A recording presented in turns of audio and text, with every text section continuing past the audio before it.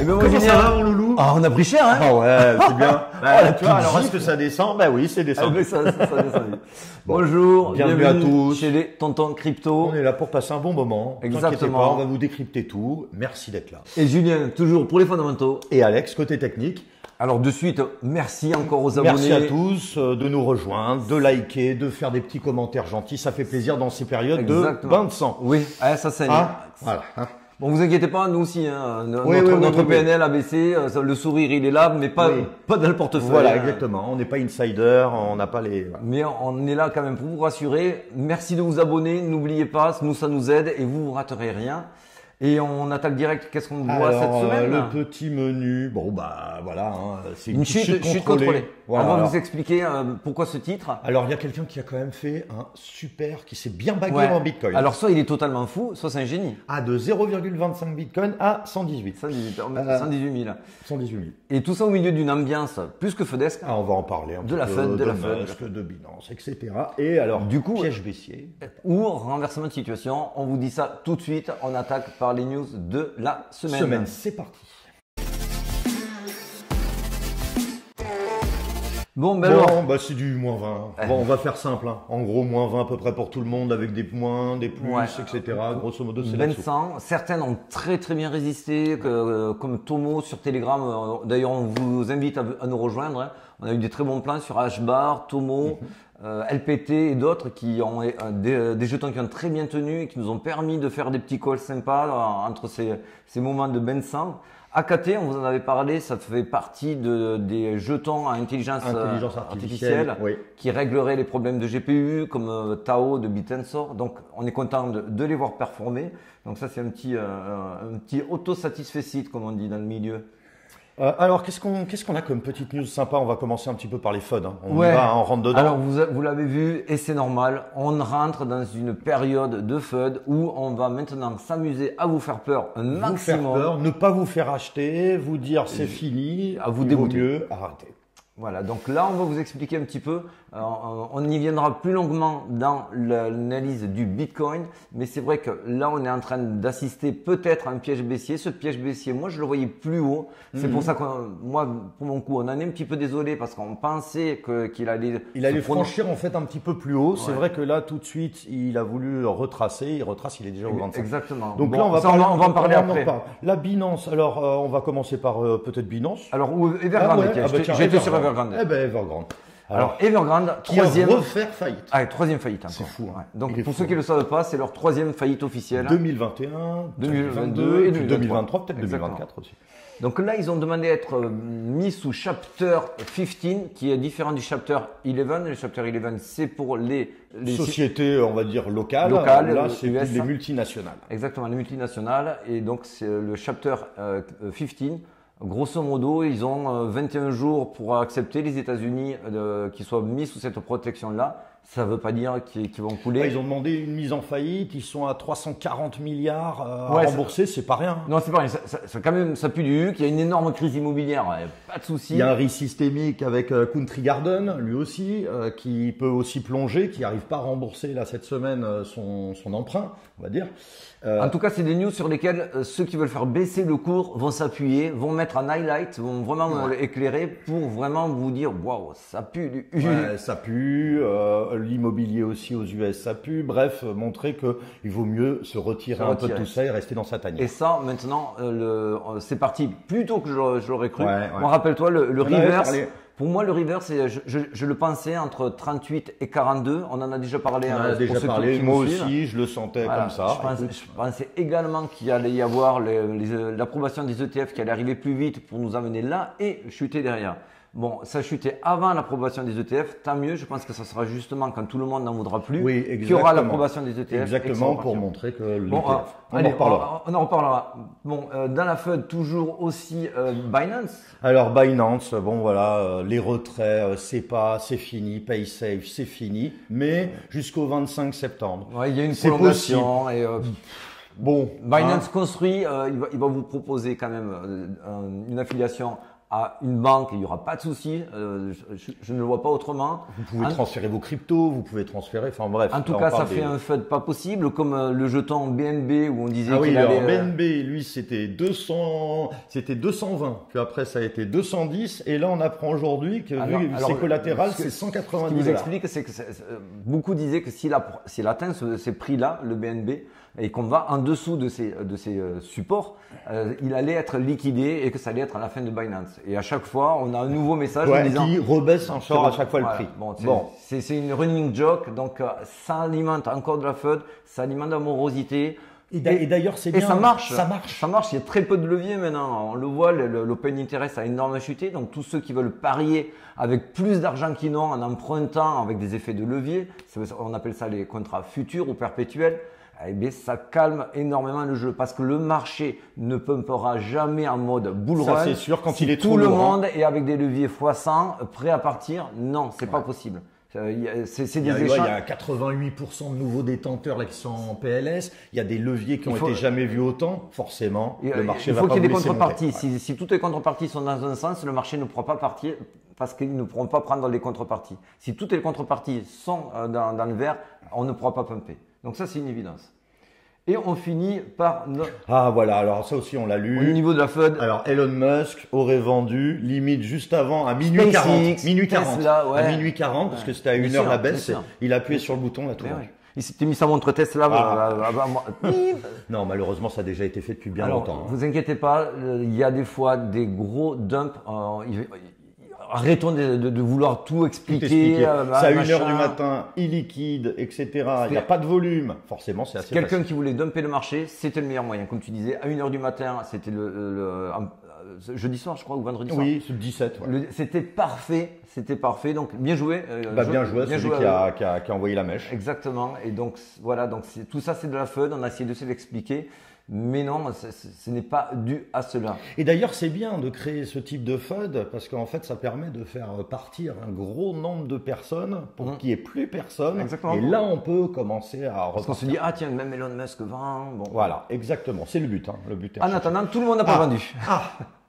Alors lui, par contre, lui, c'est quand même notre chouchou. Il est mignon, le mec à la photo. Il pépouze sur le canapé. C'est notre chouchou du jour, de 0,25 Bitcoin en juin à 118 000, etc. Alors, si cette personne est un des abonnés qui nous regarde en ce moment, qui nous en envoie un demi chacun. Pensez au tonton quand même. Ça bosse l'été, quand même, merde les gars quoi. Ouais. En tout cas, c'est vrai qu'il a accumulé 3 milliards. Exactement. Alors je te montre la courbe. Donc ça date. Il a commencé à la mi-mai, très exactement. Ouais, voilà, c'était mi-mai. Et pour atteindre son maximum, il a atteint début juillet et il n'y a pas touché. C'est-à-dire même sur la grosse baisse de maintenant, il ne touche pas. Donc les big whales qui ne touchent pas à leur compte, mais plutôt les whales qui profitent pour faire dumper le cours, ça veut dire que les composite man qui sont là sur du long terme, ils touchent pas à leurs jetons. Parce qu'ils sont pas pressés. C'est la différence de nous. Et alors c'est vrai que moi au début je me suis dit c'est BlackRock, c'est sûr. Ouais, moi aussi j'ai pensé. Non. Apparemment ça serait Robinhood, mais d'après Arkham, mais on n'est pas sûr. En tout cas, ça nous amène sur la transition parfaite de l'analyse du Bitcoin. Et c'est parti. Allez, c'est parti. Bon, le Fear and Greed Index, bon, ça m'avait fait rire parce que sur Twitter, on a vu des mecs qui disaient mais ça sert à rien, ça veut rien dire. Alors le Fear and Greed Index, ça donne quand même un sentiment et il faut s'en servir dans les extrêmes. Si on est dans l'extrême fear, préparez-vous à ce que le marché se reverse. Et inversement, quand on est dans le greed à fond, c'est-à-dire dans le côté plus de 50, là, ça commence à être dangereux. Là, tu vois, les longs ont bien baissé, c'est fini. C'est fini, ça commence à se calmer. Donc, c'est ce qu'on voulait voir également. Ça, c'était le rappel de la semaine dernière. La semaine dernière, on s'était quitté en vous disant, bon voilà, ce qu'on n'aimerait pas voir, c'est qui casse.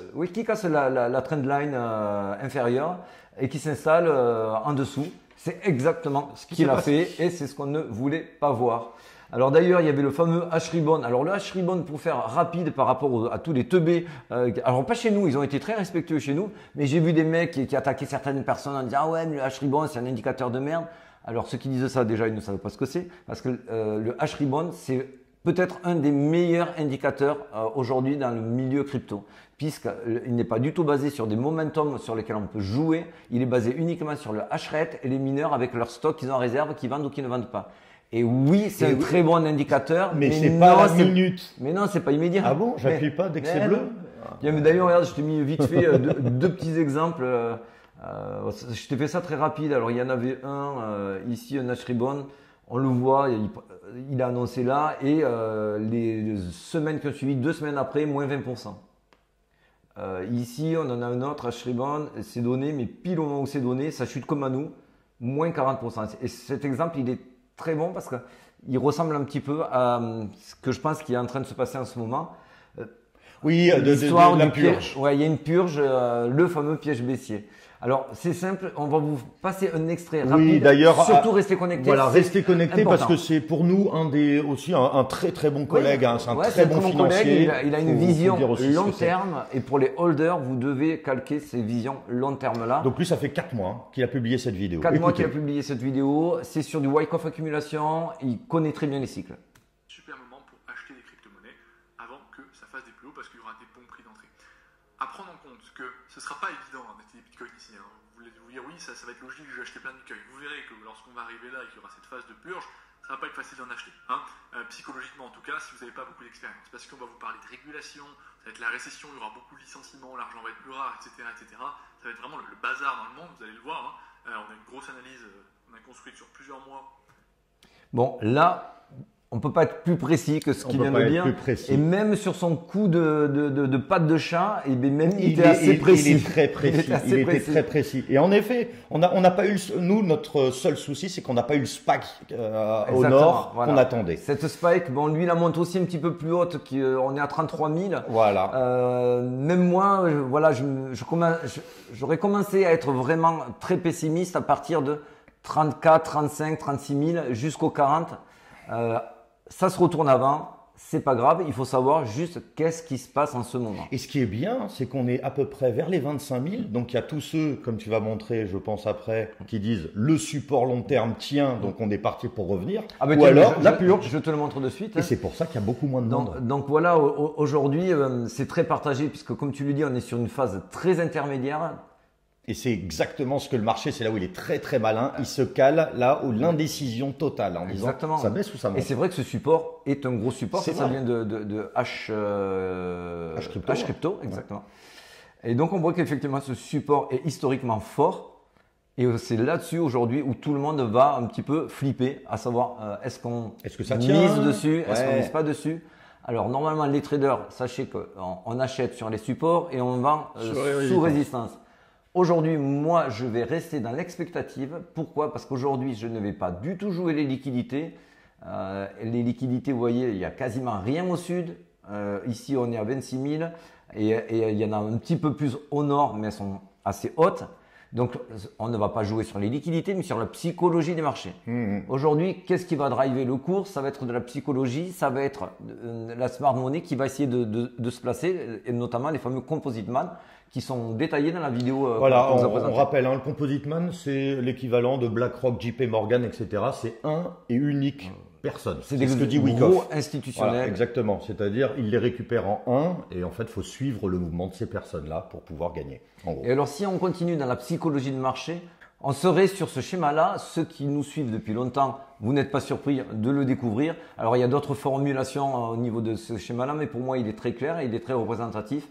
On n'a jamais vraiment eu encore un piège baissier. On n'aura pas de bull run avec ou sans ATH. Ça sera un autre débat. Sans avoir un piège baissier. Parce que le piège baissier, c'est il faut faire partir tout le monde, le final. On ferme la porte. Exactement. C'est le final countdown. The final countdown. Bon, pardon, excuse-moi. Et donc, en fait, ce piège baissier a pour but d'écœurer tout le monde. Et il est indispensable parce qu'en fait, une fois que tout le monde est écœuré, les institutionnels se placent et c'est eux qui gagnent en premier et qui après vous distribueront leurs jetons. Parce que quel est le but de, par exemple, d'un BlackRock qui lance son ETF? Il y a eu une chute, il va être approuvé, il fait un petit peu monter un peu avant. Le but, c'est que son ETF soit performant et qu'il attire énormément de clients. Il ne va pas l'attirer en faisant baisser tout de suite. Donc, grosso modo, C'est que là, ils sont obligés d'avoir ce piège baissier. Moi, je le redis, mais à culpa, je le pensais légèrement plus haut. Alors du coup, ça nous amène ici en fait. Donc là, j'ai fait le Fibonacci sur le dernier grand mouvement qui partait des 19 900 jusqu'au 31 800. On se rend compte qu'aujourd'hui, on est entre le premier et deuxième arrêt important, je dis bien arrêt important, les arrêts secondaires, je ne les prends pas. Et on travaille sur cette zone-là. Je ne vois pas pourquoi on resterait aux alentours des 26 000 sans aller retester les 25 000, sachant que c'est le support. On a cassé les MA aussi, voilà. MM100, MM200, etc. Moi, la MM200, je vous invite à faire vos propres recherches. Quand on casse la MM200, c'est très puissant ça. On y reste un certain temps si on n'est pas réintégré rapidement. Là, on n'est pas du tout sur de la réintégration. On a eu quasiment zéro rebond, à part le 25 à 26, on a sauvé mamie. Et donc, effectivement, je pense qu'il y aura davantage de moves et la psychologie de marché me fait penser qu'on va essayer de vous faire croire qu'on va aller en dessous des invalidations des scénarios. Pour nous, pour que notre scénario soit invalidé, on vous l'avait déjà dit, il faut aller en dessous des 25 000. Mais là où je te rejoins, oui, en effet, moi je pense même que ça va peut-être partir en épaule, tête, épaule, comme tu disais, parce que toi je crois que tu vois une petite montée quand même, et derrière on tombe. Mais là où je voulais en venir, c'est qu'en fait, aujourd'hui, notre schéma n'est pas invalidé, pourtant on vous l'invalide. C'est ce qu'on est en train de vous dire aujourd'hui. Il n'est pas invalidé. Pour nous, pour être invalidé, il fallait venir casser les 25 000. On ne les a pas cassés, les 25 000.